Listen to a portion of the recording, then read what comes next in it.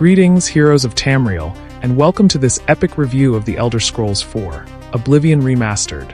If you ever dreamed of escaping an Imperial cell, closing hellish portals, or being harassed by a bossmare fanatic screaming, you're in the right place.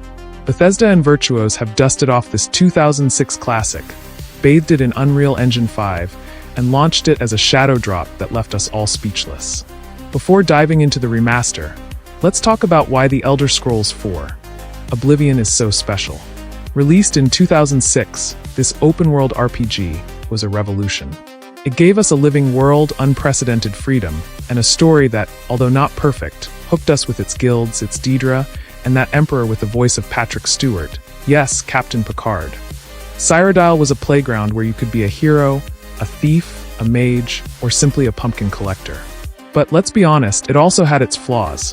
Graphics that aged like milk in the sun, a frustrating leveling system, and animations that looked like a mannequin with Parkinson's.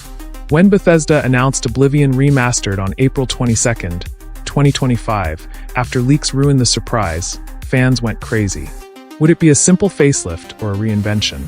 Spoiler, it's an ambitious remaster, but not a remake, and that sets the tone for what we're going to analyze. If the original Oblivion was an oil painting, Remastered is a 4K digital painting. Bethesda and Virtuos have used Unreal Engine 5 to give Cyrodiil a spectacular look. The forests of the Great Forest now have lush trees swaying in the wind. The Imperial cities shine with crisp textures, and the sunsets are so beautiful you'll want to take a selfie with a flame Atronach. Nanite makes the environments incredibly detailed, from the cracks in the walls to the runes in the Ayleid ruins. And yes, the 120 gigabytes of disk space hurt, but every gigabyte shows on screen. The main art has sparked debate due to its more realistic and less colorful palette than the original, but personally, I think it gives it a mature tone that fits the epicness of the story. It's not the vibrant fairy tale of 2006, but a grittier and more alive Cyrodiil. Do you miss the loud colors? Install a mod. That's what the community is for. One of the biggest sins of the original Oblivion was its leveling system. Leveling up could make you weaker if you didn't optimize your attributes, and enemies scaled ridiculously. Who wants level 20 wolves? Remastered fixes this with a smoother and more balanced progression system. Now, leveling up feels rewarding, and enemies don't turn into damage sponges just because you decided to sleep. Combat has also received a good polish. Animations are smoother, inspired by modern action games. Blocking, once clunky, now has a Souls-like touch that rewards timing and strategy. Archery is more precise, with a modern feel in both first and third person.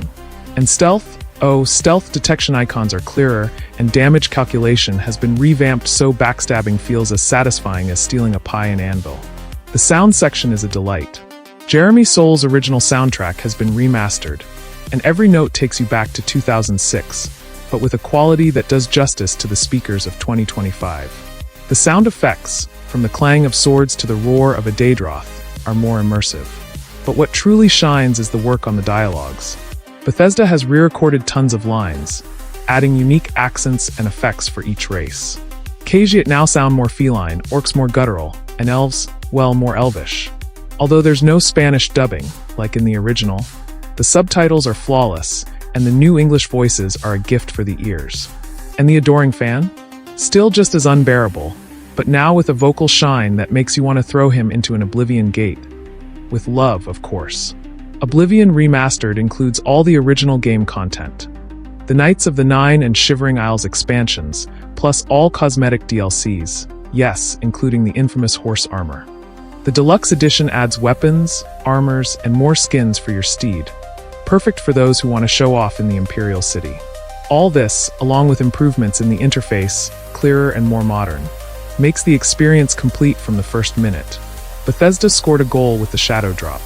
Despite the leaks, the April 22, 2025 launch was a bombshell, with 182,298 concurrent players on Steam in its first hours. It's available on PS5, Xbox Series X/S, PC, and Game Pass, which makes it accessible for everyone. The price is reasonable for such a complete game, especially if you have Game Pass. Although Bethesda insists it's an ambitious remaster, many of us expected a full remake. The core of the game remains from 2006, with its limitations. The mission structure, although iconic, can feel repetitive. How many more Oblivion gates are we going to close?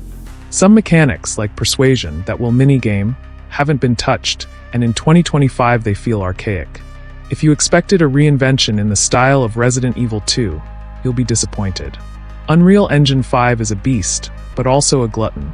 On PC, you need a powerful machine to run the game in 4K without stuttering, and complaints about stuttering and FPS drops haven't taken long to appear. On Steam Deck, performance is mediocre, which is a shame for those who wanted to carry Cyrodiil in their pocket. Consoles do better, but even on PS5 and Xbox Series X there are moments where the frame rate stumbles, especially in areas with many enemies or particle effects. Bethesda promises patches, but as of today, it's not perfect. The grayer and more realistic palette has divided fans. The original Oblivion had a cartoonish charm that made it unique, and although the new style is technically superior, some feel it loses part of its soul. Character faces, although improved, still have that Bethesda touch of bulging eyes and weird expressions. It's not a disaster, but if you're a diehard nostalgic, you might miss the 2006 vibe. It wouldn't be a Bethesda game without bugs. Although Remastered is more stable than the original, it's not gremlin-free. I've seen NPCs stuck in walls, quests not activating correctly, and a horse that decided to fly like a dragon. Nothing game-breaking, but these glitches are a reminder that Bethesda and technical perfection don't always go hand in hand. Bring your patience and save often. Speaking of Stings, the adoring fan, Bethesda decided to keep him identical, with his repetitive phrases and invasive presence. It's a nostalgic nod, but after 5 minutes, you'll want to push him off a cliff. As someone who spent hundreds of hours in the original Oblivion, this remaster is like reuniting with an old friend, who now has better clothes, but still tells the same jokes. The first time I emerged from the Imperial sewers and saw Cyrodiil in all its glory, I let out a by Talos. The sense of freedom is still unmatched, and the guild missions, especially the Dark Brotherhood, remain some of the best Bethesda has ever done. But not everything is nostalgia. It frustrates me that they didn't go further with some mechanics. The persuasion minigame is a fossil, and Oblivion's dungeons, although visually impressive, are as repetitive as a scratched record. However, there are moments that make up for it.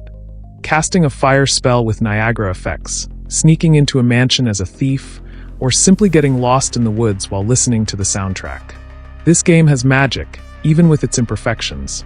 If you're new, a world that defined modern RPGs awaits you. If you're a veteran, get ready for a nostalgic ride with ups and downs. And if you're the adoring fan, please stay in the Imperial City. The Elder Scrolls 4: Oblivion Remastered is a love letter to a classic, but it's not without blemishes. Its revamped graphics, improved gameplay, and immersive audio make Cyrodiil feel alive again, and the inclusion of all original content is a big plus. However, performance issues, the lack of a full remake, and some bugs remind us it's not perfect. It's an epic journey that shines with nostalgia and ambition, but stumbles with technical limitations and conservative decisions. If you love RPGs or want to discover a classic, it's worth every drake. If you're looking for a revolution, you might be left wanting more. Here are some tips to enjoy Oblivion Remastered. Save often. Bugs are lurking. Try different builds. The new leveling system allows experimentation without fear. Explore aimlessly. Cyrodiil is full of secrets, from caves to eccentric NPCs. Use headphones. The soundtrack and dialogues are amazing. If you're playing on PC, have a good GPU. Unreal Engine 5 doesn't forgive. The Elder Scrolls 4: Oblivion Remastered isn't perfect, but it's a celebration of a game that marked a generation. Bethesda and Virtuos have taken a brave step in modernizing a classic without losing its essence, though sometimes they fall short. It's an RPG that will hook you with its world, make you laugh with its oddities, and, yes, frustrate you with some bug or questionable decision. But when you're riding through the Colovian Highlands, with Soul's music in the background and an Oblivion gate on the horizon, you'll know you're home again. So, adventurer, are you ready to close the jaws of Oblivion once more? Tell me in the comments what you think of this remaster, if you love or hate the adoring fan, or if you already have a mod to turn him into a mud crab. Don't forget to like, subscribe, and hit the bell for more epic reviews. We invite you to watch the video I leave here on screen about another classic that came back to life, and you're going to love it. See you in Tamriel. And remember, we are Gamespedia Yex, your AI favorite video game source. I'll be back.